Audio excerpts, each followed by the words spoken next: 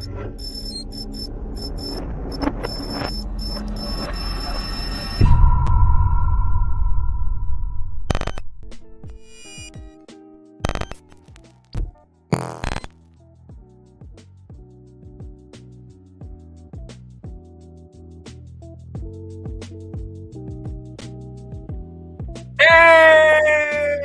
here we go. Look, what we on episode what we on 14? Episode 14. Look, thank y'all for joining me today for Creating Black History in LV, the 1828 Project. I am your host, Brandon Ward, and we have an amazing guest today. We have a very amazing guest today. We actually have a guest. His name has been mentioned numerous amount of times. You know, at the end of my show, I usually ask, do you have anybody that you want to acknowledge? And people always bring this man's name up. So I said, you know what, man, let me reach out to my man and let me see if I can get him on the show. Because I think that we really need to hear about his journey, but not just his journey, but also what his vision is for the future. But also, man, he's going to be able to tell us about something that we really need to hear as parents, especially when it comes to CCSD, especially when it comes to being a teacher. I think my man is going to bring it. I think he's going to bring some great insight. So I don't want to keep talking too much, but before I even do that, let me get up. Oh, my boy Just B is in the building. My man said it's fire, fire, fire, fire, fire. What up, Just B? Thank you for joining on. Thank you for joining on. And we got 6 people in here. Look, what I love about this platform is that you can participate. Not only do I want you just to listen, but I want you to participate. Look, if you got a question for my guest, write it in there. I'll pull it up to the screen and people will be able to see that you're here. Another thing I want you to do is I want to encourage you to show love, right? I want to give flowers. I want people to feel appreciated. So if you got something, you want to give them some thumbs up, you want to give them some some claps, high fives, whatever it may be, man, show my man some love. But I'm about 2 minutes in. I said, I was going to talk for about 60 seconds, and then I'm going to bring you in. I know my man just waiting in the background in the studio like, man, is he going to bring me in already? So let me go ahead and read the intro. Again, welcome to the 1828 Project, the show that explores history and its impact on our present and future. I'm your host, Brandon Ward, and today's topic definitely is creating Black history in Las Vegas, but we're going to do it in the form of education. Right? Because we need to know about education. Education from all levels. Man, this man has experience. He's been in the district for over 20 years. Today, I am joined by my man, Antanus Pullum, an educator in the 5th largest school district in the nation, who has dedicated his life to educating young children in his community. Welcome to the show, Antanus. Thank you, sir, for having me. Man, thank you for being here. You was on time. You was early. I felt bad because when I stepped in there, I'm like, my man was just sitting there with his head down. I don't know if he was praying or what. But thank you for coming on. I sent you some of the questions. I know you say I'm not worried about what the questions are. We want to freestyle it. And I know you wanted to make sure that you gave me the real Antanus. And I'm not even going to waste that much more of your time. I don't feel like my introduction did you any justice. So please, tell these people who Antanus is. No, you did a great job. Like I said, I like to be behind the scenes of things. I'm a native, born and raised in the CCSD. With Georgie Harris, a great school. Woodbury, junior high, great school. Chaparral High School, a great school. I played baseball. That's my love. Played sports. Went away to school. ASC, Arizona State, UNLV. And I'm back, repping North Las Vegas. You know what I'm saying? Hey. So you play baseball? Oh man, I love baseball. And, the funny thing, this is the funny thing. So let's just keep it 100. Let's talk creating Black history in Las Vegas. Growing up, I played with all Black people. I didn't have any white people on my team. And so when I get to high school, all my Black friends that play on the team it's too hot, and we didn't play baseball all summer. And now it's too hot. And so, shout out to the Gene Collins, the Tracy, the Tom Ely's, the Sonny, Lala, Melvin Givens, TJ Poole, Uncle Odell,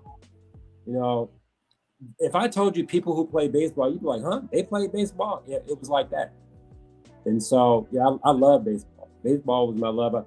Football, I played basketball because my homies played basketball, not because I was passionate about it. But I love baseball.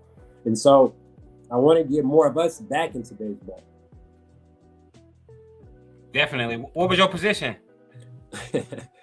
I played outfield. This is the funny thing. So I liken this to teaching. Some people see greatness in you that you don't even recognize.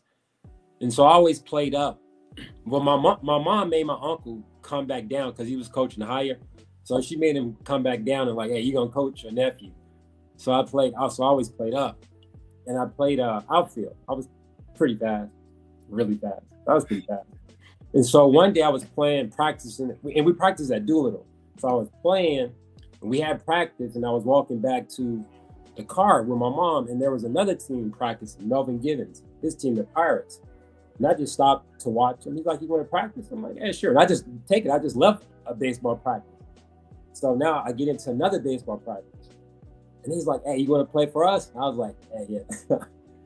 And so one day we were practicing, and we were throwing the ball to home plate. And he's like, you want to pitch? And granted, I've never pitched. I always played outfield. He's like, you want to pitch? I'm like, okay, sure. And I started pitching, and not only that year, I was the MVP of the team, MVP of the league. I was like a phenomenal pitcher. And I'm not bragging, but I was. And then one year, the following year, I got shotgun. I got hit in the mouth. Oh, yeah, I had 100 stitches in my mouth. So after that, I left pitching alone. So I strictly stuck with outfield. So That's right, man. A lot of lessons. I used to play ball when I was younger. Matter of fact, I ain't gonna say when I was just younger. I played it majority of my life, and as I became an adult, I started playing softball, competitive softball out here, and so fun. And you see a lot of pitchers, man, when you play softball, man, them comebackers be tearing them up. So they look like a catcher pitching. yeah, it was crazy. I left it alone. But Melvin Givens, shout out to Melvin Givens. He saw something in me that I never would have picked up a ball to pitch. And so I liken that to teaching. You know, when those great teachers out here see something in these students that reach and pull out, I'm like, okay, thank you. You know, and they remember. Yeah, I tell many of those. I'm like, man, a lot of times when you see potential in somebody younger than you, you got to let that person know it, because Absolutely. they've probably never heard that before. And you might just be the voice of God speaking to them. You know what I mean? There was a guy who told me, he said, when I stopped playing ball, I remember I went to get baptized when I was like 8 years old. And the guy was like, you're going to be a speaker. You're going to be on front of the stage, everything. And I remember when I left my profession and I was trying to figure out what do I want to do next. I remember that conversation that I had with this gentleman. And it was just crazy because it was like every time that I would go into that arena speaking in front of people, I would never get nervous. I would just love it. So, man, always you got to speak life into people, right? Absolutely. Absolutely. You know, it's funny, not funny, but I give people nicknames. You know, if you get a nickname from me, you're doing something. Like I don't get impressed easily because I have a high expectation. I expect you to do. If I'm saying, hey, do your homework, your lesson, study. That's the expectation. But people who go beyond that, that's I'm impressed. I give out nicknames. And so when I was at Agassiz, one of the principals says, you know, Antanus, you have this gift that you see things in students that they don't see themselves. So I was like, hey, doctor, this, hey, lawyer, this, hey, engineer, hey, architect. So I put that on them, and they held it. Like right now this year, it's a young lady. She's in 5th grade. I call her engineer. She's a beast. I got a 2nd grader. I've been calling her professor since kindergarten. So, you know, there's one at Box. I call it champ, and they aspire, you know, they aspire to be that. They're like, okay, I'm a champ, I'm a professor, I'm this, I'm that, I'm this, you know. So you're right. True champ, man. I love that. Speaking life. My man Brad Sharp said, shout out to Mr. Pullum. Yeah, that's my homie at hey, again, another humble guy. He's our music teacher. He's worked with some of the Aretha Franklins, you name it, he's worked with them. So, you know, he makes coming to work, I don't even call it work, making coming to what I call, you know, God touched me to do this, you know, and being around other people who've been touched to breathe life into our students is incredible. So shout out to you, Mr. Sharp. Yeah, shout out to you, Mr. Sharp. We appreciate you for joining and tuning in. Make sure you share with some friends and get more people to come on over and hear this amazing interview. We ain't even got started yet. So Pullum, what's something that not many people may know about you, sir? I love poetry. I fell in love with poetry in 11th grade. Paul Lawrence Dunbar. So I write poetry. Okay. Hey, when Love Jones came out, that was me. Hey, I was the blues and yellow trying to become the funk and you're right. Is that all right? That's right. That's so right. Poetry. I like poetry. I like to write photography. That's what I like. I like taking pictures. I do. So you like poetry? I told you I'm Love Jones. I'm learning state. I'm him, that character. So you're an artist. You got some art in you. Yes, I do. And I was published in the anthology too. Okay. Yeah. So. Okay. And you also got some published work out there, right? Just one. I mean, I was in Atlanta, and so I joined into this contest, and they published it. So I got a little. When I finish this, I'm going to get into. My vision is so when I see things, I have an eye. And so when I see things, I like to write about it. So I want to take pictures, write about it, or write about it and take a picture that coincides with what I wrote. Okay. I love it. So. I love it. My man Brad said you're too kind, my man. And then this other guy right here, Richard Jack, said great mentor to new teachers as well. Yeah, that's third. That's my partner right there. Yeah, that's my guy. And Richard, so all right, I'm calling you. I'm gonna call you after this meeting right here, brother. Go ahead. So what got me? So who is Antanus? Antanus is a son, a dad, a brother, an uncle, a cousin, a friend. I could be an enemy. I could be 100. I don't have too many, but it is what it is. People who know me know I love my family hard, and my family loves me. I'm a mama's boy, all day, every day. And she was the one who really got me to teach. Even I wanted to be a lawyer, so I was going to school for law because I loved it. I loved the debate, and I wanted to be a lawyer. And in my senior book, I wrote down, "Hey, by this time I'll be making this. I have my own law firm. I'll be making X amount of money. Blah blah blah blah blah." And I knew I wanted to work with kids because my mom is the youngest of 14, and our house was always the epicenter of family activities. Tons of kids. We have a big family. But in our society, we are such a reactive society versus proactive. And I knew I wanted to work with kids, and I said, in my profession of being a lawyer, the only time I probably would work with kids is when they were in trouble.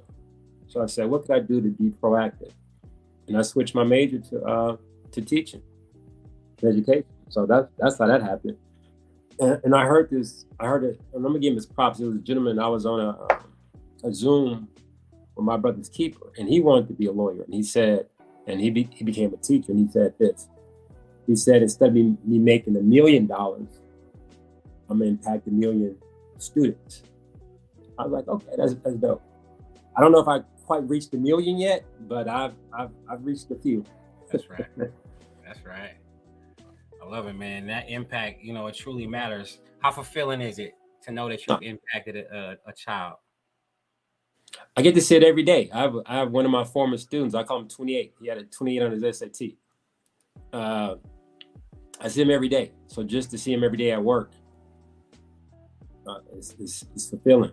And when I'm out and about and I see my former students, and like I say, like I was saying earlier before you, once they're in my classroom, I tell them, you reminded today put me in the dirt, and they hold that to the fire with me. So it's impactful. And sometimes they don't realize that they make more of an impact on my life than I think I do on their life. I have one particular student, we call him OG. He's the original gent. His name is Stefan Swag Watson. I gave him the nickname Swag. And the reason I gave him the name Swag because he just had swag about him. And in third grade, he helped me become a better teacher. Like he questioned everything. And at first, as teachers, you don't question me. I'm a teacher. I know, and you learn and you listen. And he questioned stuff. So he made me step my game up. Went into like Kobe putting up shots after practice and before practice. He made me go back into the gym and work. That's right. And so he became so good at it that he became so when you walked in my classroom, his desk was next to mine. And usually when you see that, you think students are in trouble. Like, wow, he's sitting next to the teacher. So he was like my teacher's aide in third grade. And he did something more impactful in that classroom than I did. And I'm gonna give him, and I always tell him this. He would teach the class. I would let him teach the class because he knew it. And so when he was teaching the class, you could see the students kind of raise up and lean into what he was talking about because it was their peer. And so they was like, I want to teach. I was like, well, if you want to teach, you go learn it. And if you learn it, I'll let you teach it. So he allowed students to go home and press more in their work than I did. So when they knew it, I let them teach. So how motivated do you think they were to go home and study and practice? So you'd walk in on any given day, my feet would be on the desk, just watching and learning, like observing, like, okay. And that's the sign of a great teacher. When your students become the teacher and they can teach others, oh man, it's nothing like it.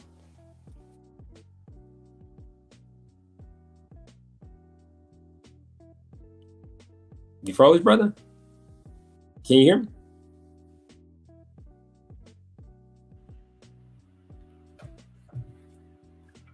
Man, can you hear me? I can hear you. All right. I did freeze for a second. Am I back? Hey, you're back. You're back. All right, we back.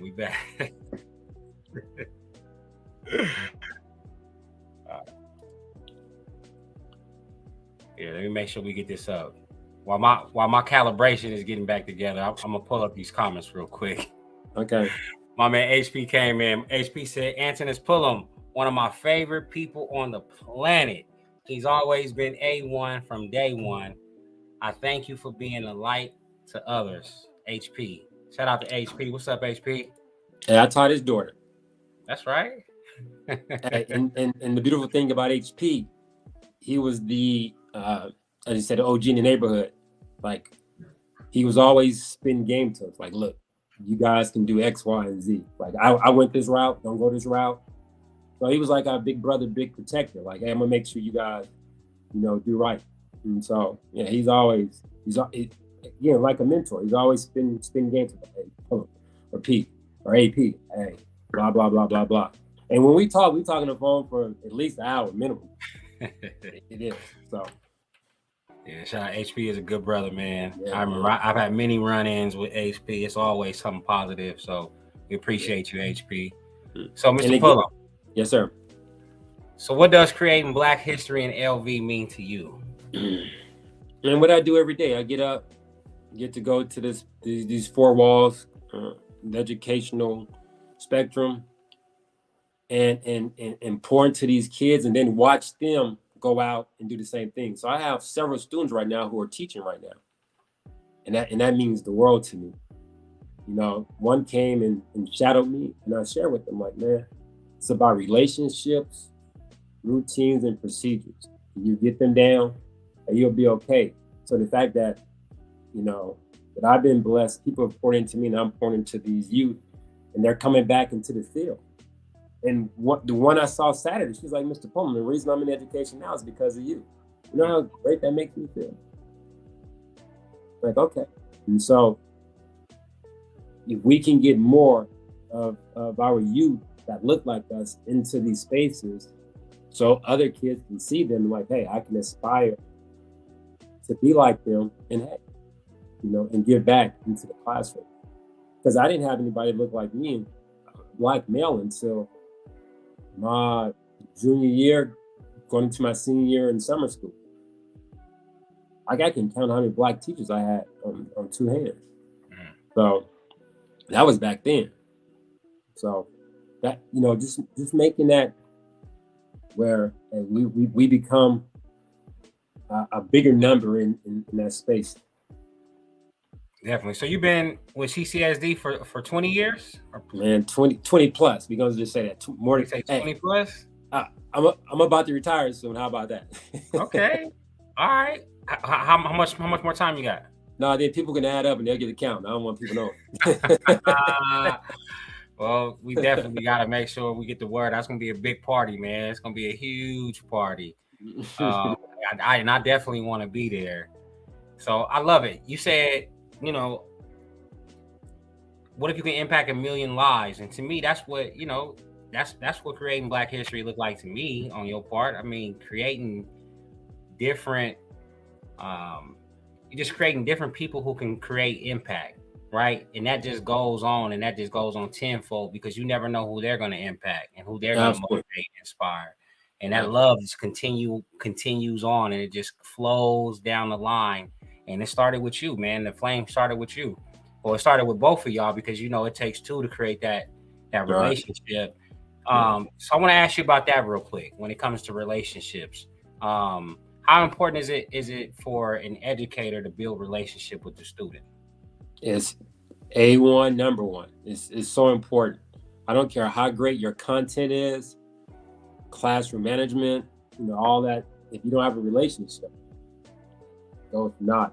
Now, I remember one teacher said, "Hey, I want to be mean like Mr." First of all, she was saying, "Your line is always nice and neat. You know, it's quiet." And she's like, "I want to be mean like you." And I'm like, "It's not about being mean. It's about having relationships." My literally, brother, my kids will fight to the end for me, like for real, and they know I'll fight to the end for them too, like for real. It was just an incident that happened a couple of weeks ago. One of my students stepped up like, "Hey, you better leave Mr. Pullum alone. That's not how we're gonna do this." So it goes back to relationships, and I'm great. And I'm saying this, I usually don't toot my horn, but I'm great at building relationships with not only students but the parents. And so when I say something, you know, to the point, I mean, they make fun, but they're like, "Hey, Mr. Pullum don't live in this house." Because the kid's like, "Well, Mr. Pullum said," "Nah, Mr. Pullum don't live in this house." You know, so they trust me, and then I trust them. And so when you have relationships, guess what? When they come to the classroom, they gonna work hard. They go to the ground with them, because they know I'm grinding with them as well. And so it's all about relationships. The relationships are so key. So at the beginning of the year, you know, I'm the behavior mentor, aka the dean at Fitzgerald. Let me put some spec on his name. Hugh Dillard Harris Fitzgerald. You know, we have to do a better job of that. Stop giving these, you know, initials and put some spec on their name. And I called one of my students, again, relationships, taught her in 3rd grade. She's a senior now at Howard, who's about to graduate in May. I called her up last minute. I was like, "Hey, make me a video about relationships. What was the relationship like with us?"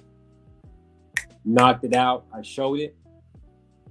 And she was just saying, like, it's about relationships. It's about what Mr. Pullum does. We've created. And she's like, "He called me this morning because of the relationship, and I made this video because of the relationship." And again, she was another student that taught me a great lesson. Like, again, I learned so many lessons and gems from the students. And I think as adults, we forget how much they can pour into us as well. She taught me that you don't have to look, because teachers are like, "This is my class, the power, my class, my this, my that." And she taught me that you don't have to look at me to get it. Like, she would never look at me. I'm like, "Look at me when I'm speaking." But that wasn't her strength. She didn't have to. And I was like, "What did I just say?" And she told me verbatim, boom, boom, boom, boom, boom. Okay, I respect that. And so, you know, and she said, "Mr. Pullum, give me some hard talks." You know, we would go outside and I would talk to her like, "Hey, you can't be doing X, Y, and Z." One of the best test takers ever. And so again, relationships, right? Relationships. I preach that all day. I don't care how great your content is. Now, think about it. You have great relationships, and then you have great routines, procedures, content. It's a win-win-win for everyone. Yeah, I think it starts with care, right? I mean, all day. They gotta care. You come across many teachers who you feel that they really don't care. Like Absolutely. Absolutely. There for a paycheck. I'm just gonna keep it 100. And that frustrates me that you're making my profession not professional. And then it's usually towards our kids, black and brown kids. And that frustrates me. And I have to stay in, I don't say character, but I have to still be Mr. Pullum. Because sometimes I want to be amped when you come to these babies, and it frustrates me. But again, I do what I do, and the kids see it. They can tell. And one thing I love about kids, they're so honest and authentic. They tell you, like, oh, they don't like me, or we know you like me, but they tell everything. I'm like, really? Like, okay. They feel it, and then parents do too. Yeah, it's got to be a lot of relationship building. Is that something that when it comes to professional development that they focus on as a teacher? No. Relationship. They talk about it, but in the district, man, it's all about test scores.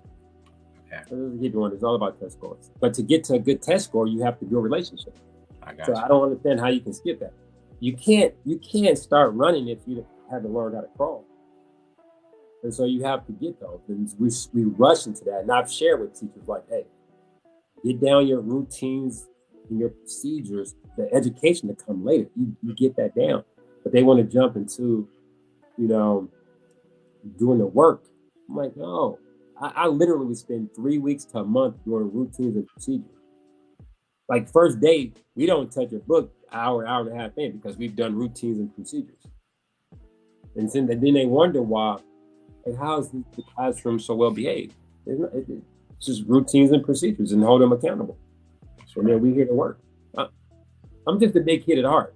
So the kids see me, and they're relatable. I make real world applications to the classroom. Now, I love cartoons. So when they don't understand something, I'm like, hey, did you see Lion King? Like, yes. Hey, remember that when Simba and Mufasa? Yeah, same thing. Oh, we did it. I have students right now, and I hate to say this, some of my classes will be mad, but my favorite class is 2017 class. And the reason I say that is because I was blessed to teach them in 2nd and 3rd grade. I loop with them from 2nd to 3rd, and it was the reason I loop with them because I saw something special in that class. Day 25, they were multiplying. They didn't know it, but day 25, we were multiplying. And so just imagine, 3rd grade, man, we were doing algebra, that real stuff. I took them on, we were blessed to go to, I took 3rd grade, check this out. I took 3rd grade class on an HBCU tour in 3rd grade. We went to, listen, we went to Spelman, Morehouse, Morris Brown, Clark, Tupac Center, the Dr. King Center, the Coca-Cola Center, the Georgia Aquarium, Stone Mountain, Georgia. They still talk about that. That's amazing. Hey, I teach them Tupac. We knew the Dr. King speech, I Have a Dream, from the beginning to the end. They learned 7 Tupac poems. Matter of fact, we were on Tupac's website for a year. We met Tupac's aunt. The Dr. King speech in front of the Dr. King, his tombstone. Man, check this is how we roll. Her name is McCoy, Lisa McCoy, Pitbull. We're at the Coca-Cola Center, and I'm like, she over the mic singing the Black National Anthem. All 3 verses. The kids, I'm chiming in, and you teach them and let them go. What we tend to do is give people fish instead of teaching them how to fish. Mm-hmm. And I like to go to the bank. Hey, let's learn how to fish, because I'm not gonna buy you a fish every day. I can't afford it. I need them lessons, man. It's about exposure, man. Just exposing them babies, and they talk about that. Mm-hmm. We had John Mayer that year, The Continuum. That was our theme song. Changed the World. Michael Bublé, like, it was just incredible, man. We just, like, it frustrates me when I see grown folks show up in these spaces where they really don't care about our babies. I'm like, man, I stand every day during lunch. I'm like, I don't believe I get paid to do this. Like, I love this. Like, it's crazy, absolutely crazy. That's right. No, I love that answer, man. So I mean, plus 20 years in the district, we've seen COVID happen. We've seen technology happen. We've seen YouTube happen. We've seen TikTok happen. We've seen school safety happen, right? I mean, we've seen changes comes so much when it comes to schooling. My question for you is, what are some of the challenges that you faced at work and how have you overcome them? To be honest, I don't look at things as challenges. It's some, in the education space, we complain about stuff so much. Hey, you see something, there's a solution. This is what my mama shares with me. If you say something about it, do something about it. And so I'm about that. I can't worry about what other folk do. If I see something, I'm going to grind and make it happen. I think the disconnect between, one challenge I see as a whole is the disconnect between the community and the school itself. We have to do a better job of making sure that parents and students feel safe on our campuses. I mean, it's a part of the community. So we can't have a building, which we call a school in the neighborhoods, and expect them to come to the school. We have to go out and reach them and make them feel comfortable to want to be a part of this, and we don't do a good job of that. And so we have to do a better job of that, just to creating a culture. Some schools are better than others. We just have to create a better culture where people feel like I want to be a part of it. And that starts even with the school district. That's why we have teachers leaving in droves, because they don't feel it's a happy space. That too, but it's a happy space to be in. Mm-hmm. And for me, and again, this is just for me and my household, I don't have to feel appreciated about the community, as long as the people that I see every day, those students, they appreciate what I do. I'm good. Like I don't do this for accolades. I don't do this for, to be seen. I do the work. So have you been in? So since you've been a teacher, have you always been in elementary? Have you been in middle school, high school? Elementary, brother. Elementary, my dear. Elementary. Because this is what I truly believe. If we don't get them at a young age, I tell my cousin all day, he's a principal in a high school. Like, brother, what's coming down the pipeline, brother, it's not a pretty sight. And we as a community have to realize that. We as a community have to, if we would put the effort we do in the AAU basketball and AAU baseball and playing football year round and focus in on education, but we don't do that. But let me get back. Elementary, you start, and that's the beautiful, as I was saying, I get to see them grow from 6, 7, 8 to 30 plus. And in middle school or in high school, it's hard to create, not saying it can happen, but it's hard to create relationships. Think about in high school, you have 25, 3,000 students. How do you create a relationship? When you have a 50-minute class, 6 classes, 7 classes a day. It can happen. That has to be intentional though. Right.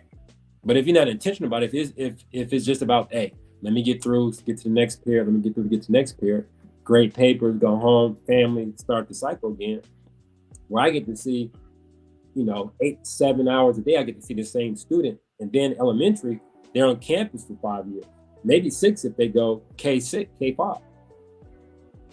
So, and just building that relationship. Again, it goes back to relationship. Yeah, definitely. I love this love that you're getting. Obviously you make some great relationships amongst the people in the community. Katrina McKinney says, such a devoted educator and mentor. Would love to see Antanus on the Clark County School Board to continue his impact on education in the state of Nevada. That's right, Katrina. That's right. Come into a school board soon. That's all I'm saying. That's right. You heard him. You heard it here on Creating Black History in LV first. Right now, we already heard it. No, I love it.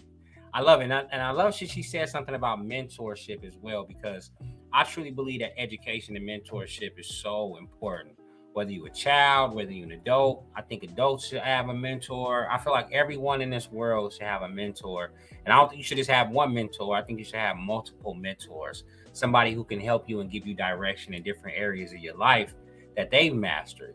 So I know that you co-founded a mentorship program, Gentlemen by Choice. Can you tell us a little bit about it and how it came to be? Being nosy. Being nosy. So I was the dean at Agassiz, and I met Richard Jack my first year as the dean. He was the counselor, and we went across the street to Doolittle. And again, I have a parent who worked at Doolittle, and again, being nosy, flipping through a pamphlet, we were dropping off something across the street, and I'm flipping through their pamphlet, and they had something on teaching boys. I'm like, oh, who's teaching the class? She said, they dropped out. I was like, wow. I was like, oh, Jack and I could do that. Oh, she's like, when can y'all start? I'm like, so Jack and I started over at Doolittle, and this is how impactful it is. A young man would leave Agassiz, go, and they lived on the northeast part of town. He would go to the northeast part of town, come back to Doolittle at 6 o'clock just to be a part of that. And he said that was he looked forward to that hour on Wednesday throughout the whole week. That 1 hour for the whole week, he looked forward to that. And so we went back across the street, and the boys were getting in trouble, you know. And for me, I'm not going to suspend a student for what a teacher should be doing in the classroom. It's just not gonna happen. And they used to get mad at me. Oh, he's not supporting us. He's not doing that. Well, do your job. Do your job, and I don't have to worry about suspending a 7, 8, 9-year-old kid. Do your job. I mean, there are some things that do happen, but stuff they were getting rid of, I'm like, man, again, they just everybody wants to be heard and seen. Dog, cats, birds, ants. And these kids want to be heard and seen. And so if you're not hearing and seeing them, that's on you. And so they would come into the office, and we would just sit and talk. Like, hey, what's going on? What'd you do? That's what you did, man. Chop it up and go back to class. And then they had a group on campus for girls, and the boys were saying, "What about us? We want something." And that's how Gentlemen by Choice started. Jack and I, we call it the war room. My office, we would go in there, and that's how it started. That's how it was birthed. And it was just something for from January to May, like a 5-month thing, and we were, reviewing back in January. And then the need was just the need. And I really don't think people understand how difficult it is.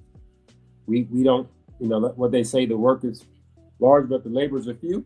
And we don't have a lot of people in this space. And our boys, especially our boys, are suffering. They're really suffering. And I share with folks, young angry boys grow up to be angry men.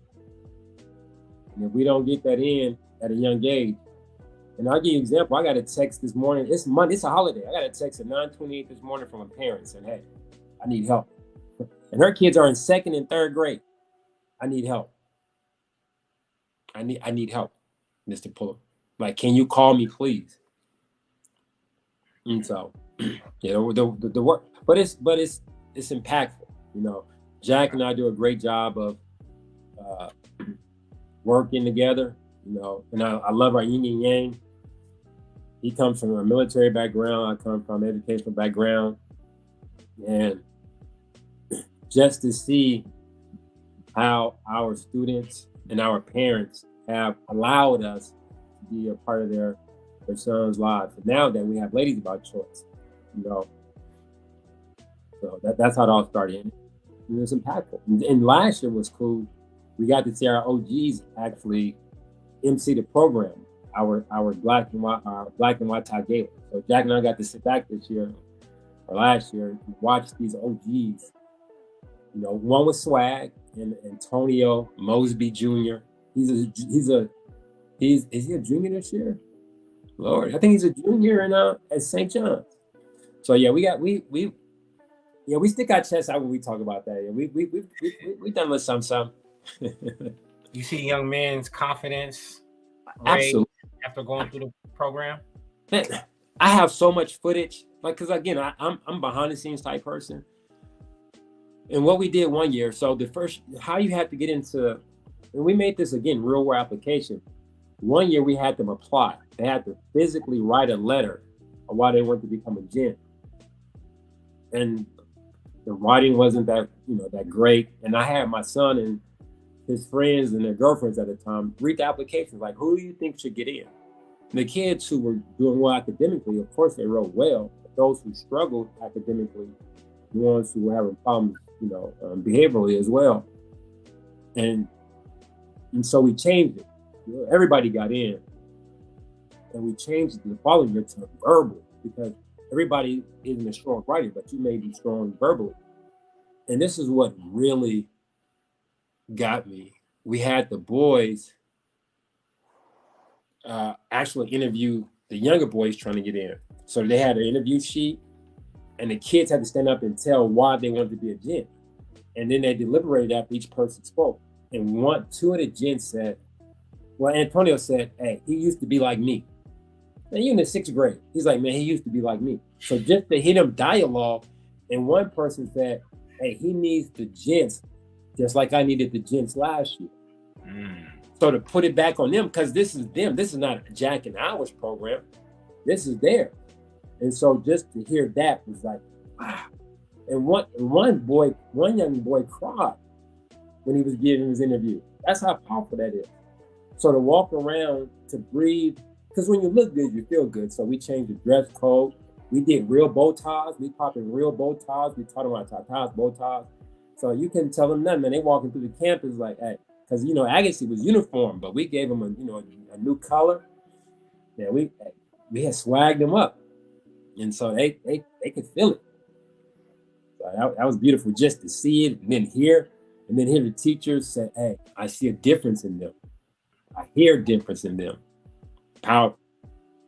Yeah. So as a coach, especially like a baseball coach, like I used to love like having a team and nobody can catch, nobody can throw, nobody got fundamentals. And then, you start with the basics, right? You just get back to the fundamentals, no matter what age group, get back to the fundamentals. And then after you get the fundamentals together and the foundation is right, now you can add a little bit of style into it. You learn about what their strengths are, what their weaknesses are, and you have them apply those skills. Then you see them, all right, you fast. I want you to go to the outfield. Now you put them in a position where they can thrive, where they can be successful. And I think that's what's so important is it's the process. And we talk about creating relationships and we talk about communication, not really trying to rush it. Like even if you are a high school teacher, right? If you only got 2 minutes to interact with this child to make an impact on his life, then do so in that little 2 minutes, right? And I think a lot of times too, you can just ask a child, what do they need? What are their main problems? And if you assist with that issue, you can really create a bond that's just different. It's like you help me solve a problem. And whenever you help a person solve a problem, you help them ease a problem in their life. So they're going to remember that. It's how you leave people feeling, right? And it's like people really have to be, like you said, intentional about that. And I just love where we headed in this conversation, because for what advice would you give for other educators? So and not just that, what advice would you give parents as well when it comes to communicating and creating a relationship and things as such? I remember 3rd grade, again, teaching 3rd grade. I said, whose parents have a phone? Every hand went up. I was like, whose parents have Facebook? Every hand went up. I said, whose parents spend more time on Facebook than the majority of hands went up. Ooh, say that again. Hold on. Say it for the people in the back. Okay. I'm going to say it slow this time too. I asked in 3rd grade, I asked them, hey, whose parents have a phone? Every hand went up. I said, whose parents have a Facebook account? Every hand went up. I said, whose parents spend more time on Facebook than with them? The majority of the hands went up. So we have to be intentional with our presence. And what we tend to do is we tend to give them presents, but not be present. And I learned this from my mom. People who know my mom know, like I said, she's the youngest of 14. My mom was born with one kidney. In 1998, she started going on dialysis. So my mom's been on dialysis for 23 years. The doctor told her she had 7-8 years to live. She's been on dialysis for 23 years. In 2019, she got her leg amputated above the knee. To see my mama in the rehab place grind, like there's nothing anyone can tell me. Like her grind was, and I was there with her watching her grinding. Dialysis, think about that. Monday, Wednesday, Friday, 3 hours plus for 23 years. Come on, brother. And so I was upset. And I took time off. So I took time off from January to April in 20 when the pandemic hit, but I took time off to be with her. And we were in the driveway. And we just sitting in the driveway, nice sunny day. I'm just like, why my mama? Like my mama, she don't curse, she don't drink, she love everybody, blah, blah, blah. Like, why my mama?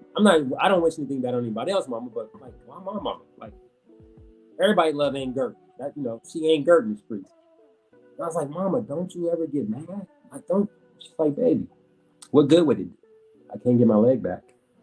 And just the whole bunch of weight lifted off my shoulders. And in that moment, because we were spending quality time, and again, I used to call my mom and dad every night, tell them I love them. But just in that moment, spending that quality time, like when I'm with my mom and I put my phone down, I record our conversation. Like when I'm with my mom, I push play, I push record, and we talk. And so, when the Lord take it one day, I'll be able to go back and push play and listen to our conversations and like, okay, she's still with me. But like we're just present. Like she's taught me to be so present, like to appreciate the small things in life and just simplify and just be happy.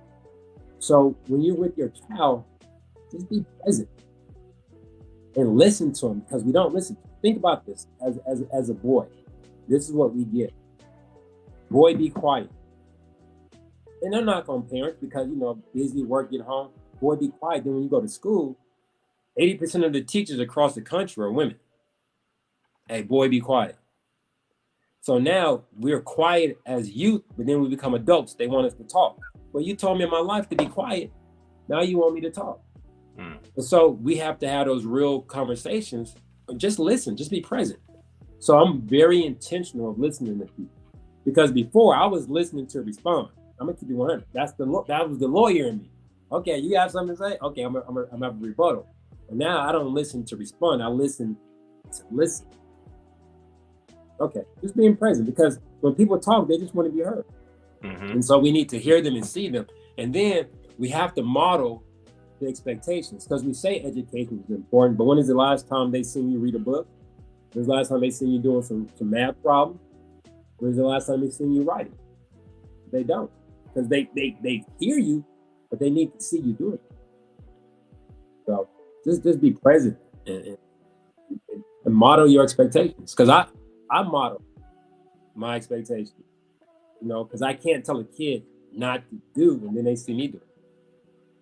I feel bad. I took my son's daycare. They had it was like a parent. It was actually a parent student class where they would have somebody come in from PBS, and she had us watch a video together.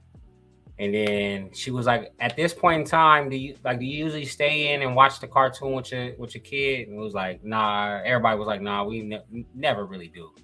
She was like, all right, I want you to take this 3-step approach. It was pretty cool. It was like, we watched the video with the child, and then after we did that, we sat down at the table and we talked about what they watched. And then she said, now give him some crayons and have him color what he just saw, right? Right?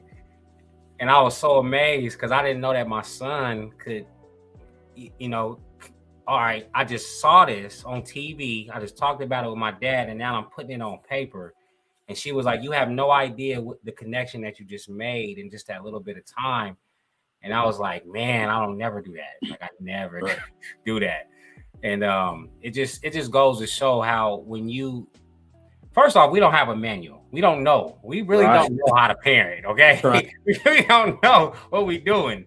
Not just that, a lot of the stuff that's happening in schools, I'm telling you, it's different than the way we used to do it. So sometimes my kid would come in and they'll show me like math. And I'm like, no, we didn't learn it like that.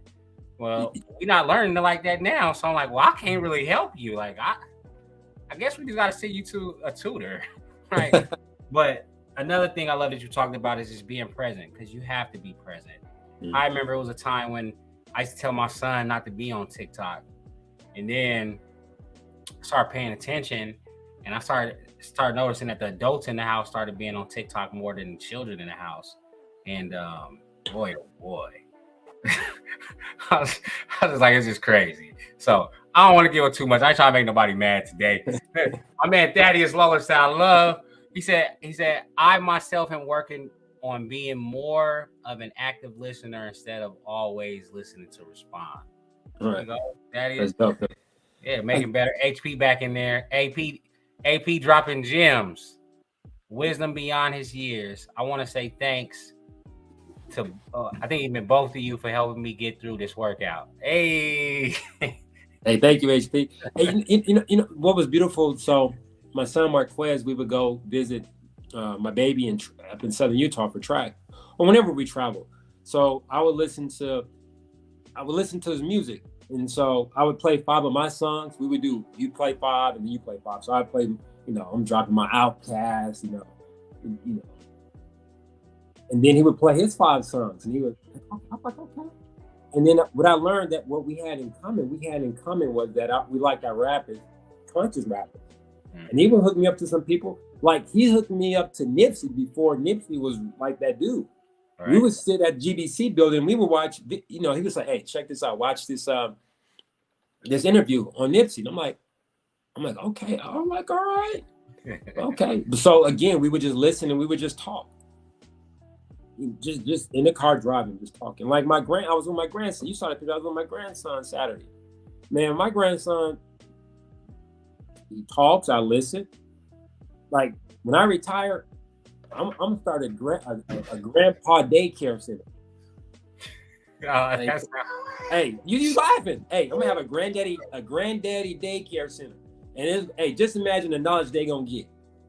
That's why I'm working so hard right now. So when I do leave, he's not gonna have to go to daycare. He's gonna be with me. That real world application, like, instead of him being confined in the 4 walls, we're gonna be out at the museums, out at the park. Hey, we in New York right now. Hey, we in New York. Hey, mess around. We in Paris right now. Like, for real. There's a dad, and I love this. He said, I don't verbatim. I don't know why they were not in school while he was taking his son out of school. I don't know if they were going to a funeral. I don't know what. But he was missing some days, and the teacher was like, he's missing a lot of days from school. And he's like, really? She's like, he's missing his education. He's like, what? Let's think about this. He says, we're on the road in this USA. We're going across the country. He gets to see wildlife. He gets to see nature. The things that you're talking about in the book, he gets to experience that in person. So really, who's missing out? Are the kids in the classroom missing out? Or is my son missing out? And I was like, man, that's dope. That's dope. So I'm telling you, I'm gonna give me an RV. We're gonna load them up in the back, and we're gonna roll across the country. Hey, what we want to learn? What? Let's go. I like that. Because America's so backwards. Man, other countries are, man. Because this system doesn't work anymore. Have you seen that video with EA? He's a poet. He has a video called "Suing the School System." Oh yeah. Everything has changed except for education. Everything. One year, like I can talk all day, but one year over the weekend I was at the house again. This is with Swag's class. One year I'm at home over the weekend. I'm like, what can we do different? So I came into the classroom up in the front. I was like, guess what, class? We're gonna go deskless. They're like, huh? I was like, we're not gonna have any desks in the class. And I said, let's vote on it. Everybody said, let's go for it. One student said, I don't know, Mr. Pullum, I've never been without a desk. I was like, well, if you don't like it, guess what? You can keep your desk. You moved all the desks in the corner. Man, some of them had their chairs as their desks. Some people turned it over, used it as a, hey, I don't care how we get it done, as long as we get it done. And they were comfortable. Some people sat down on their back, on their stomach. Like, man, as long as we're getting the work done, we have to change the environment. I don't like desks, period. So we have to do something different, Kids, and we're stuck in this. We have to teach this way. No, man, I'm hands on. Let's go. Let's get it. Let's. I don't want to say blow up stuff, but let's just create, because we are create. Let's tear it up and put it back together, and then use real world applications about it. Because we can't keep. And I don't know why I said this page. We can't keep teaching from page 22. That doesn't exist anymore. Everything is instant now. We got to be up moving. Let's go. I had one year I was doing math. I started teaching math. And they had boards all across the room. Kids up right on the board. Let's go. Get them out their seats. Yeah, man. I was on this conference. It was a My Brother's Keepers conference, and they had this speaker come on, and he had a great message. And I'm just gonna sum it up to what I remember. But the message was, he said, what's holding the educators back right now, because you say that education hasn't changed. He said it's the fact that we're trying to keep up with the regular status quo, trying to stick to the same rules, trying to do everything by the book. And he said, when you don't allow yourself discretion, when you do things exactly A, B, C, the way the system exactly tells you how to do things, it's at a disadvantage for our children, especially children that look like us, right? And I was like, man, I'm like, so is he telling them to be like a rule breaker? And he wasn't telling them to break the rules. He was just saying some rules are meant to be broken. Like, don't make a conscious decision. If a kid wearing a hoodie in the classroom isn't distracting him from his education, if he performs better with a hoodie on, then why not let him wear his hoodie? Especially if it's like he taking a test, right?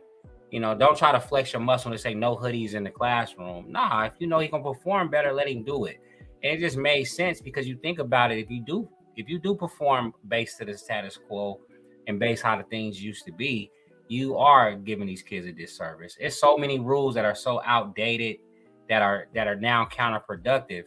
And do you see many of those situations as a teacher now? Yes. And I've always,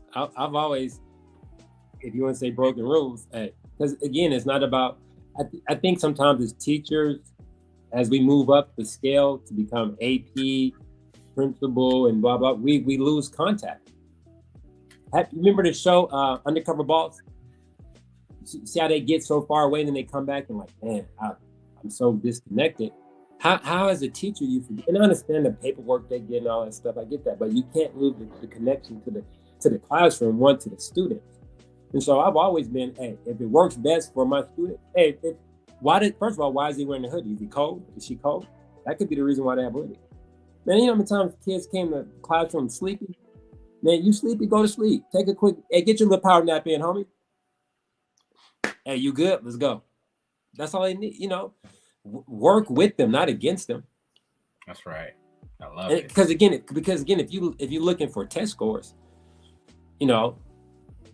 work with them, and not to brag and boast, but I put this against everybody.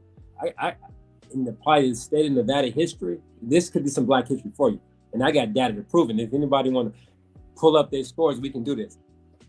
I've had the highest, and this was the CRTs back then. I've had the highest CRT scores probably ever in the state of Nevada. That's right. Yeah, and so out of my 26 students, 25 of them passed in math, and 24 out of the 26 passed in reading. I'm just saying. Good job, bro. Good job. Hey, I still got the data in my file cabinet. Like Kelsey said, receipts matter. I got it. So if anybody want to dispute that, that's some history for you right there, Pat. Yeah, we're gonna bring that one to the forefront. So again, that goes back to relationships, though. Just building relationships and working hard for you. Yeah, letting people know what you expected them, and they deliver, especially if Right. they care about you. Absolutely. So let's talk real quick about life skills. We had an hour now, and I know I said we're gonna be an hour. I said they usually go a little over though. You was like, I don't know, we gonna be. No, I'm saying we can go. I know me. We can go over. It don't make me no difference. Oh, okay, cool then. Let's. I'm not in a rush. I don't go to work till 8:30 tomorrow, man. All right, let's make it work. I got about 5 on here. So let's talk about life skills and what are they? LIFE skills and what are they? So when I talked to you, I was like, yeah, we teach life skills. Everybody talks about life skills, but I'm an acronym dude all day. That's for me. That's easy to remember. So life skills are we call putting in the tool belt. We say you have a tool belt, and we're gonna use these skills to navigate through this thing called education. And so L is for leadership. Jack does a great job of modeling that. What leaders, first of all, look like, sound like, and should dress like, in a sense. And then the I is image, because people judge us on how we look. They say they don't, but they do. So like Deion Sanders used to say it best, you look good, you feel good, you play good. You might not be good, but you think. But just the image. You had a good start. Right. And so the image was the tie, the hygienes and all that stuff. We talked about that. We taught them how to iron, we taught them how to do their ties. And the brothers checked on each other like, hey, you look okay, because you represent us. And so F is for financial awareness, baby. We talked about financial awareness in elementary. That's one thing I like. I like finance. And so we talked about that. It's important. One year, matter of fact, 8 years ago, we watched 30 for 30, Going Broke. And the kids still remember that. One kid was like, man, hey, I'm saving all my money. And they talk about that. But those, again, we expose them to something and they remember those things. And then E is etiquette training. Knife, fork. Some grown-ups don't know how to use their knife, fork, napkin. And then, just the manners, the basic thank you, you're welcome, opening doors, pulling out chairs. I remember my brother and I, and this resonates with me. I remember this like this was yesterday. My brother and I were at, was it the JW Marriott or the Suncoast?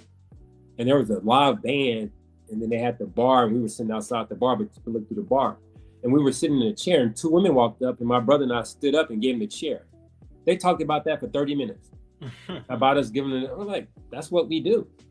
But that goes to show you that that's not being modeled and then taught to our youth. Like my daughter, she never touches the door. She walk and stop. And she knows. I was like, don't you ever touch a door. I know you can touch a door and open the door, but that's not your job. And so just those expectations. And so those are our life skills that we teach. I love it, man. It's well-rounded, and it's not taught in the home for the most part, especially if a man is at home. A mother would. I'm gonna say I guess some women would, but those are women who are like, it has to be intentional, right? That has to be intentional. I'm raising a gentleman, so I need to teach him this gentleman aspects and characteristics. Talking more, because when I talked to Jack, I know he didn't answer this question.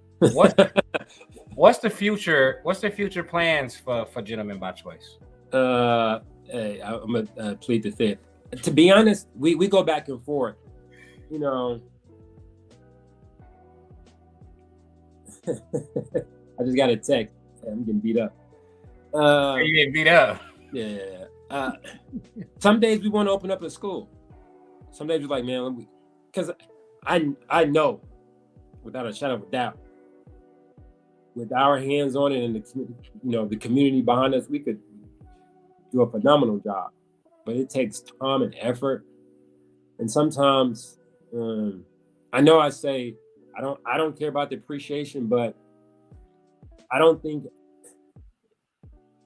and this is as a whole, as a community, education is in the forefront for us, because the NBA and NFL does a great job of marketing to our kids. And so we see that that's the way out. Like I can make it through those 2 avenues and entertainment. I can make it through those avenues. But you gotta understand, you need education or a trade school, something because the numbers don't lie. Very few make it. I'm not saying that you can't attain that, and I'm not saying don't do it, because I understand how important sports are. But we still have to focus on the foundation, and that's education. And so, and it bothers me that our forefathers died to open up a book. They died because they opened up a book, and we can't get kids to open up books. We can't get parents to open up books. Like the data says, like 76% of people don't read a book after high school, and like 50 something after college. And so I'm intentional. I keep 2 books in my backpack, and I have to give a shout out to Jack. Jack like, T, man, you got more in you. Like, hey, let's read this. He's like, hey, let's read that, read that, read this, read this, read that. If I'm not reading, I'm listening to a podcast, because I'm pouring into myself so I can pour into these youth, and I'm modeling. Like and real quick, I'm gonna give a shout out to Mr. Tarbin. Mr. Tarbin, he was at Agassiz, probably one of he's an incredible educator, a human being. He taught middle school, high school.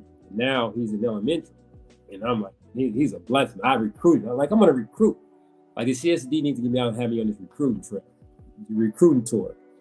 And so I'm gonna share 2 things with you. And again, this goes when you see a problem, you get it. I tend to meet kids when they're in trouble, especially the boys. And so one first grader came to me, and he walked into the office. I was like, I didn't ask him about sports or anything. I said, what's your favorite subject? And he stuck his chest out, reading. Read it. I'm like, okay. So I looked at my shelf and got a book, and it was a thick book. It said 500 Ways to Change the World. He's like, I can't read that, Miss Pullum, it's too big. I'm like, man, I think all books have words in them, whether they're small book, thin book, tall book, short book, they all have the same word. So I turned to the first, I was thumbing through, and I was like, let me find an easy page. I was like, nope, first page, you're gonna read it. And he started reading it, and he read the word perspective, some 3/4 syllable word, and I had to look back. I'm like, hold on. And I was like, keep reading. He kept reading. I'm like, and from that day right there in my office, I was like, man, you my reading buddy. Like, man, you. And so when he see me, he don't call me Mr. Pullum. He's like, hey, reading buddy. And when I say sharp. So on Fridays, we got a group of some smart boys, first grade boys. So every Friday I pull them, and they sit I'm in a room now. And so we've been chopping it up. And I told him, I was like, the reason that y'all in here is because of my reading buddy. And when I say he can read, Brandon, this dude's sharp. Like, but our boys are so smart, so smart. And then now I get a group of second grade boys. I'm with them every day because they sharp too. But if we don't turn the needle with them, because think about this. If you and I go to a kindergarten class and the teacher asks a question, every hand go up. We go to 5th grade, you ask a question, very few hands go up with the boys, very few. So between K and 5th, what turns them off? What happens? I need people to answer that question. Why are they turned off? What happened? Same campus, or maybe not, but what happens that they're turned off to education? Now think about it. Now I'm going into middle school, because the elementary, you're supposed to learn to read, and in middle school, you read to learn. But if I haven't learned to read, how am I read to learn?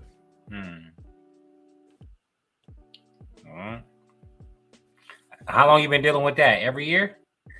Oh, absolutely, brother. The struggle is real. This is what's funny though. People expect me to change my schedule to accommodate their sports schedule. I'm doing this on a, but no, we can't make it because Johnny or Susie has basketball or football practice. Well, hey, good luck. that says to me the value. So, yeah.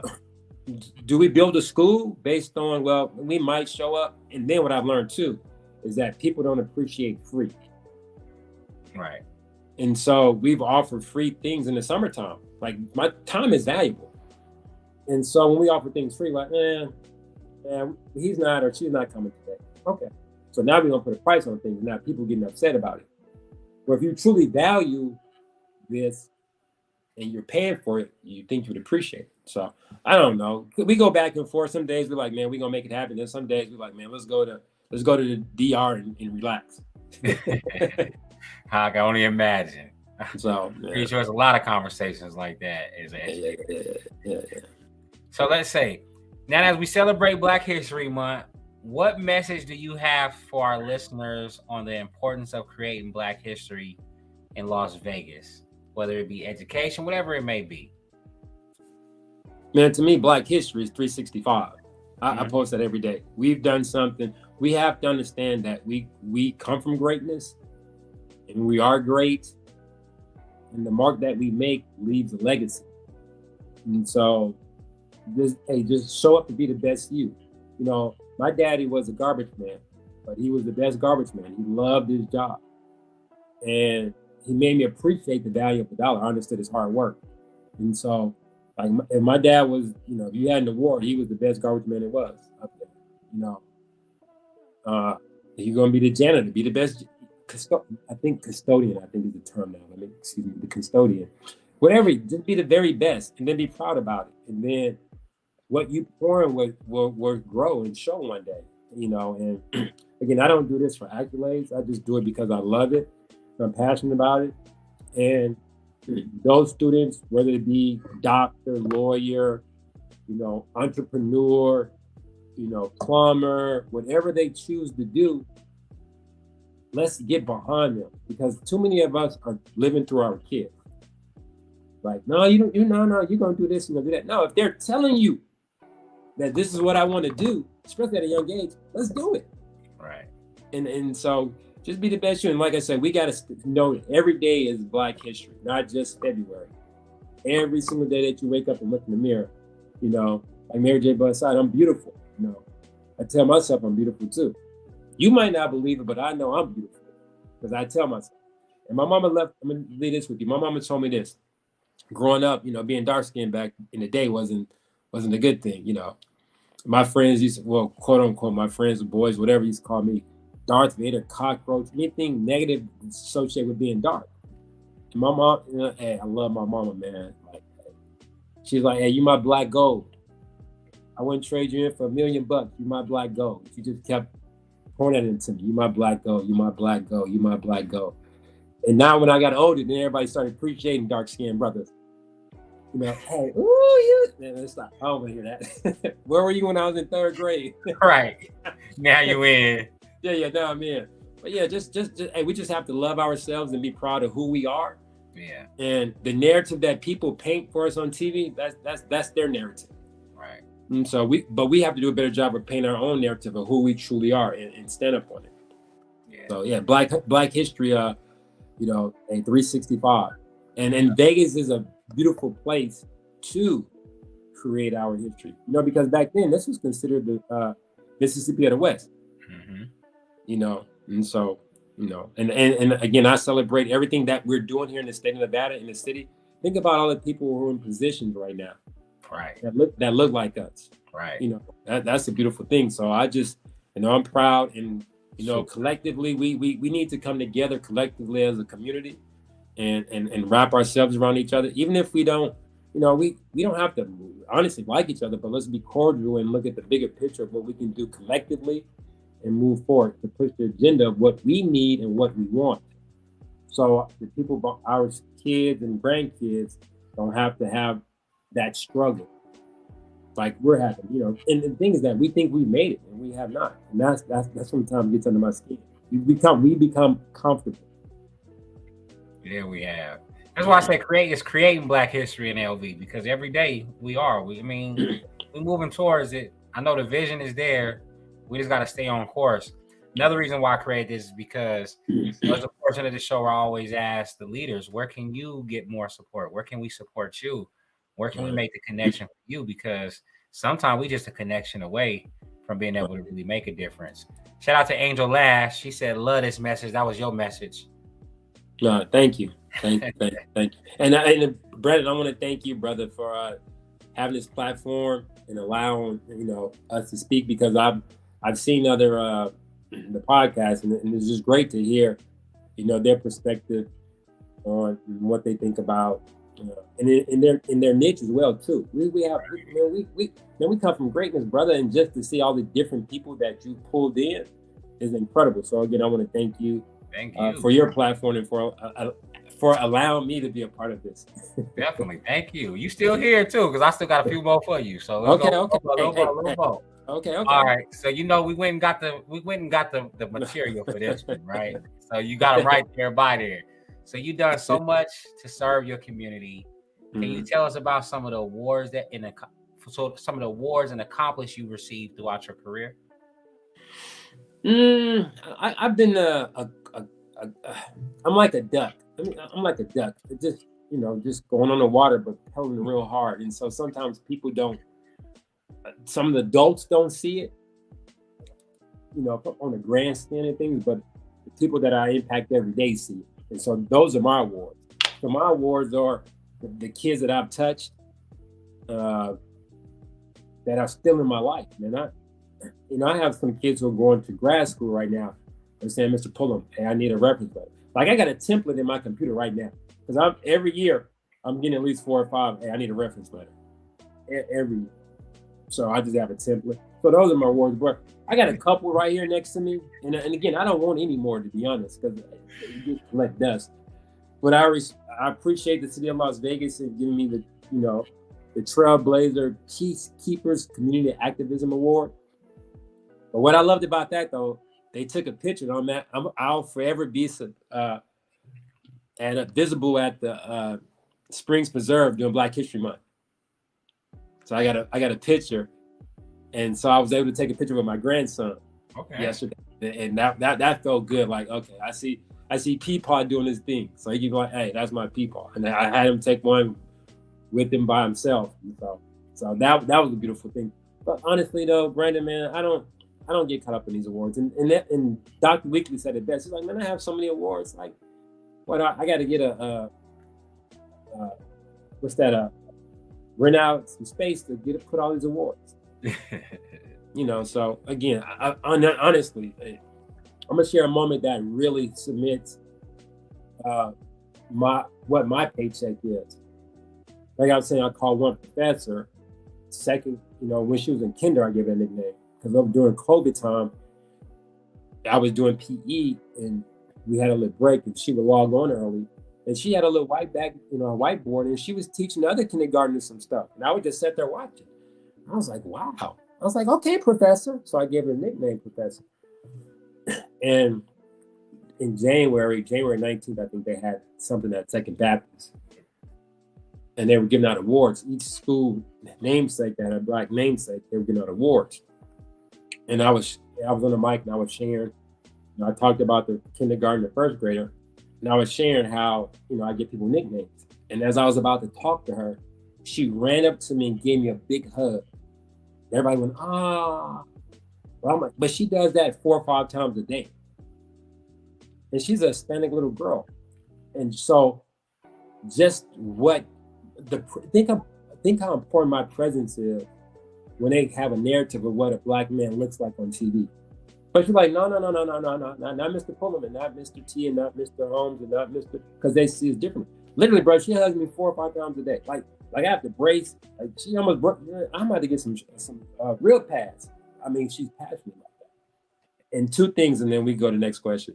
She said, this is what she told me. So in the morning time, I pound every kid that walks in for breakfast. And she was standing with me. And I was like, well, how's your dad? Like, I don't know. He's in Texas. I'm like, okay, we don't talk to him a lot. I'm like, okay. And she said, but I'm good though. And I was like, why are you good? She's like, because I got you, Mr. Pullum. I said, I had to turn away. I was like, okay. Okay.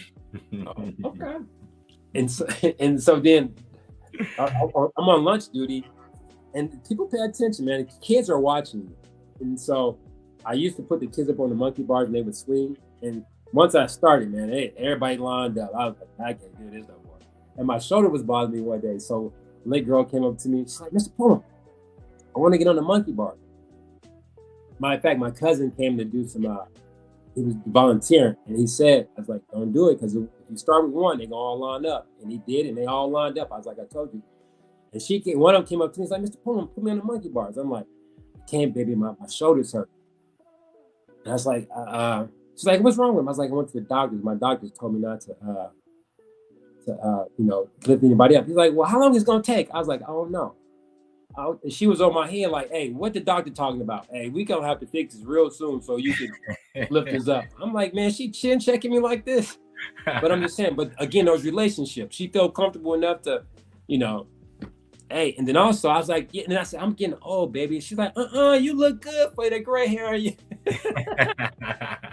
and one other kindergarten was like, yeah, Miss Pullum, you look good. I'm like, thank you, baby. So yeah, man. I love that, man. You got a lot of moments to smile about. Exactly. I love it. You know, you got a lot to be proud of. You know, a lot of people. You've named Mr. Tarvin, you named Richard Jack, or some other people in the community that you would like to acknowledge. Oh man, first of all, my mama, brother. What up, mama? Yeah, Gertrude Pullum, man. She, hey, my uncle, Uncle James A. Davis. Hey, just my family. It's too many, but my family is, and then Dr.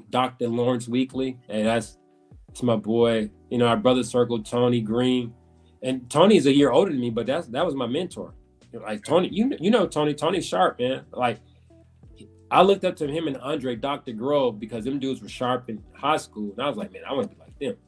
Like, hey, I want to be smart like them. So they showed me being smart was cool. My boy Tracy, Kelsey West. My really one of my mentors that when I go to him, I'm just Leon Pearson. Like, hey, that dude. Dr. Michael Maxwell. I mean, it's so many, but those, you know, HP, of course, like he dropped dimes on me. Tarvin's younger than me, but man, every time I leave him, and it's a blessing that I get to talk to him every day. You know, and I know my students. I mean, all of them. When I say all of them, and you know, they pour into me to keep me going. So. That was very, very humbly of you. I knew you was gonna name the brothers. Shout out to the brothers. I'm still trying to get Larry Smith's his form, man. I'm trying to get him on here. Hey, you should, because he only got one day left. Okay, well, I'm gonna hit him up when we get off. But I'm gonna tell you about Larry Smith. He helped me. People who know me know I don't say I like money, but I'm really, really good with money. And so he helped me say, you know what? It's just money. Let it go. And people who know me know, I'm gonna say I hoarded, but I was making sure that I was good with it. And I invested with him, and I wasn't working. I took some time off. For me to take time off of work and write a check like I did and feel good about it, but those were the conversations that Larry and I were having. So people who've helped me really grow. I'm gonna name 4 people who really helped me become the person I am today. Richard Jack III, Chancellor Davis, Larry Smith.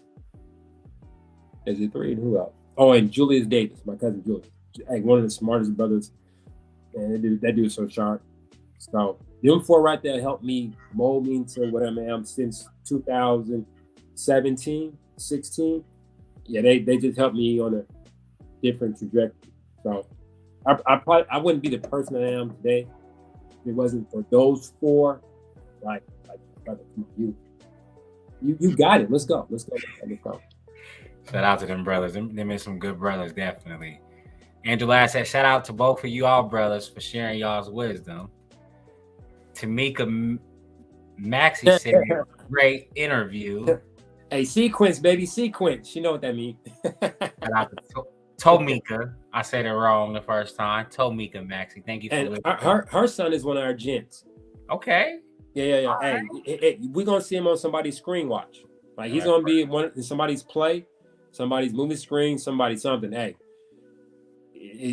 good brother. Good young brother. So yeah, and that's when I just like we got him until, like I said, they put us in the dirt. I tell him they mind, and he's one of them. Just to see him shine because he's really quiet, but to see him on stage, and we went to go watch him. We went to go to his play. We went to watch him because it takes a village, the community and the village. And so what we need to do is we need to be consistent. When we say we're gonna do something, we need to do it, especially as Black men. We have to do it, And so showing up and watching him, like, man, I was like, man, that dude, has talent.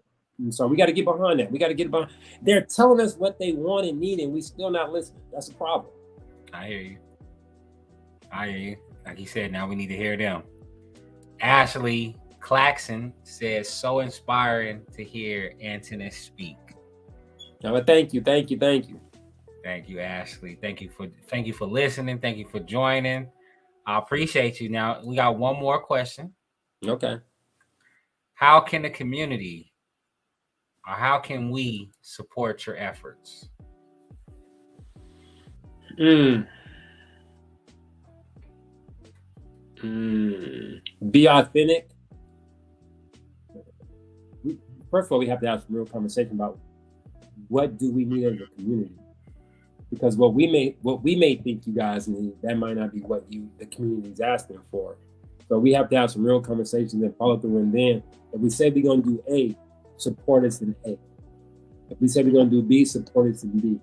Because what's going to happen, and I'm going to be transparent, is that when I lead a game, I'm going to lead a game.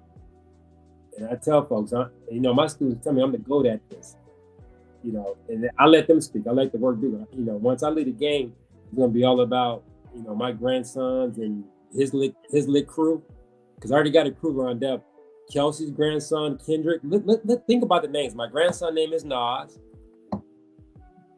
Cal's son is named Kendrick. So we already got our lit crew right there. Hey, and I told him so if I get a hold of them, it's not gonna be about the community anymore. I'm gonna just be 100. So while we doing this, say, hey, what it's a couple dollars or spades, or show up. When we say we're doing something, show up. Because like I said, once I get into my grandson, y'all, I'm gonna cost a whole bunch of money if y'all call me for my grandson. I'm just letting y'all know that right now. It's gonna cost. It'll cost you a little right now, but it's gonna cost you a lot then. That's right. I love it. This was good. So let's real quick. We talked about 3 events coming up. We got the HBCU fair. You want to give some information about that? No, it's the tour. So on the tour, that's right, the tour. So on the 25th of next Saturday, we're doing a mock interview with the Upper Bound at UNLV. So I've been asked to do a mock interview. Shout out to UNLV, to Jenny and her crew up there. And then on spring break, future Dr. Kelsey West, when I said future, he's going to be a doctor soon. We're going on a 26th annual HBCU tour. I think this is my 4th year, maybe 4th year. It's been a blessing. And I've created some, again, great relationships from the tour. Incredible. Like I got another daughter that goes to Johns Hopkins. It's just incredible. Like the pictures you saw on Facebook with the dancing. I met her last year. I call her Dr. Smith. When you introduce yourself, say I'm Dr. Smith. Saw her dancing, incredible, on Saturday. And so the tour, spring break, I'm excited about it.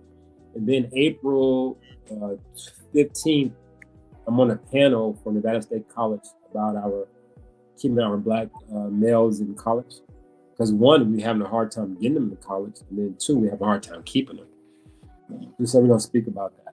And then in May, we're going to do our Black and White Tie gents and lady gents gala.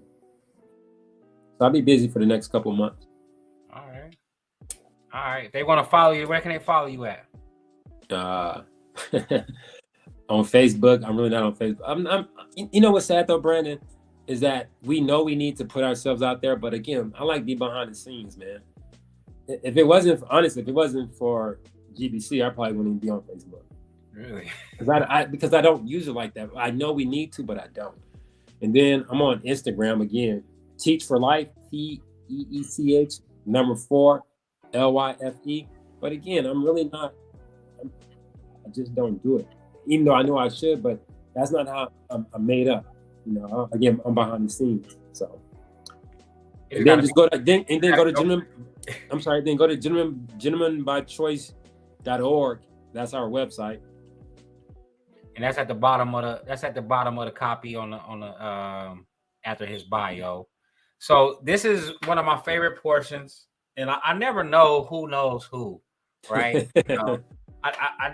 I'm definitely want to thank you for today's interview, but for the sake of this is being my favorite portion, I need you to introduce tomorrow's interview. You ready? I need some of that good energy too when you do it. But you might not know the person, huh? Let me see. Let me see. Who All right, is I'm it? about to pull it up. It take a little time. You know, I don't have an engineer back here. I'm doing everything by myself. Hey, that's what. Hey, hands on, baby. All hands on deck. I'm talking about. All right. And tomorrow's interview. Let me see. February 21st at 6:35. Okay. We got the females back in here, baby. We got a female back in here. Oh man, I'm. Danisha Mingo, sir. Yeah, I know. Yeah, she used to be at with Yeah. Okay. Hey, so tomorrow, let me clear my throat. So is it episode 16 or 15? I'm 14. It's 15. It's 16. Okay. in there because somebody did 2 interviews in one day. Somebody needed to jump in there. Gotcha. Hey, so on tomorrow at 6:35 p.m. on that great day, February 21st, 2023, we're gonna have a special guest, Danisha Mingo, coming live and hard on the Brandon Ward, celebrating history in LV. I know she's gonna bring the fire again because we're talking about issues that affect our community, and she is one of those forefront folks that's gonna make some things happen. So tune in so we can learn again. What he don't realize is that he's putting people together, reconnecting them to come together. So when we come out of February, we should be creating a strong rest of the year to help our community. So brother, again, I appreciate what you're doing. And like I said, I know she's gonna bring the fire. And it was March is what, Women's Month? Yeah. So yeah, so she gonna bring it. She gonna bring it and it's already brought. How about that? I'm glad you said that. So March, I'm definitely going to be focusing on the females. So a lot of women were asking, why am I a little heavy on the males for this month? And that was why, because all month is nothing but females. And I'm bringing females from different aspects from all over. Whether they've done something for a long time. I'm trying to get Miss Goings Brown. I'm trying to get our mayor on here. I'm trying to get the ladies from the Raiders on here, the ladies from the Aces on here. I'm trying to go real high, high quality. So we're gonna see. But thank you so much, because Danisha is an amazing woman. I know since I've been out here, I pay attention to who's actually doing the work. I pay attention to who's actually continuing to grow. And I know her name constantly comes up in the rooms that I'm in for the work that she's done, especially in mental health. Our community, we desperately need we need somebody that's reaching out and actually doing the awareness. And I know she's very good on spreading the awareness throughout the community and normalizing the message, similar to how Dr. Sheldon was on as well. But I commend you, man, because it's a profession that most people frown upon because they just don't want to do it. It's very respected, though. I couldn't think of not one adult who wouldn't respect the work that you do. Thank you for your sacrifice. I know you wouldn't call it a sacrifice because it's something that you love to do, but I thank you for it. And man, it's just a blessing to know somebody like you in the profession. I would love to hear more of your stories, more on how you've impacted, more of you seen things change. I would like to see you on many panels just to be able to show the world how things are changing and there's so many differences. I think you bring so much value to the educational market, and I look forward to seeing what it is that you do after you retire. And you'll always have my support, brother. So I appreciate you. I appreciate it. So maybe next time I'll have some former students come on with me, and they can definitely just their take. Because real quick, I want to reach out to them and ask them what are the relationships like? What is it about our relationship? Because I'm going to consult, and we're going to talk about like importance of relationships. Okay. It's so important. It's so important. So yeah, I appreciate that, brother. Again, like I say, man, we've been on here for $140. Don't seem like that.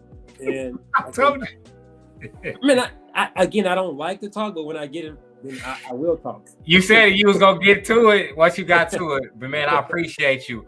Thank you, sir. I got a real good vision. You know, I see you really going and talking on platforms about creating relationships, and I'm in the lab, man. People don't understand, brother. I'm in the lab, man. I got an office upstairs, brother. I'm in the lab.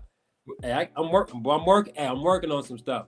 All right, I'm gonna have to partner. Don't get too far. I got to partner with you too. So let me get in there too before you get too far and finish it up, because I got some stuff for you. But hey, Mr. Pullum, I appreciate you, brother. I look forward to seeing you around. I gotta get together with you and the brother someday. Please make that phone call to Larry, because you said you would, baby. I'm about to call him right now. All right, but man, I love you, brother. You take care, and love you too, man. I'll see you on the next one. All right, this is. Look at that, y'all. Amazing man, right? It's another great interview.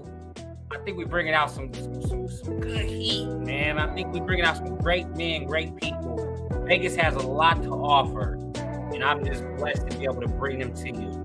So thank you for watching. Thank you for participating. Everybody who wrote in the comment section. If you wrote in the comment section and or you didn't write in the comment section and you want to just give him, give him his kudos, give him his flowers, please do. You want to give me some flowers, you want to give me some kudos, I appreciate it as well. Until tomorrow, 6:35 with Danisha Mingo. We're talking about cultivating change through servant leadership. Leadership is one of my favorite topics to discuss, and I'm looking forward to it. So y'all have a good one. Stay blessed. Keep creating history in Las Vegas.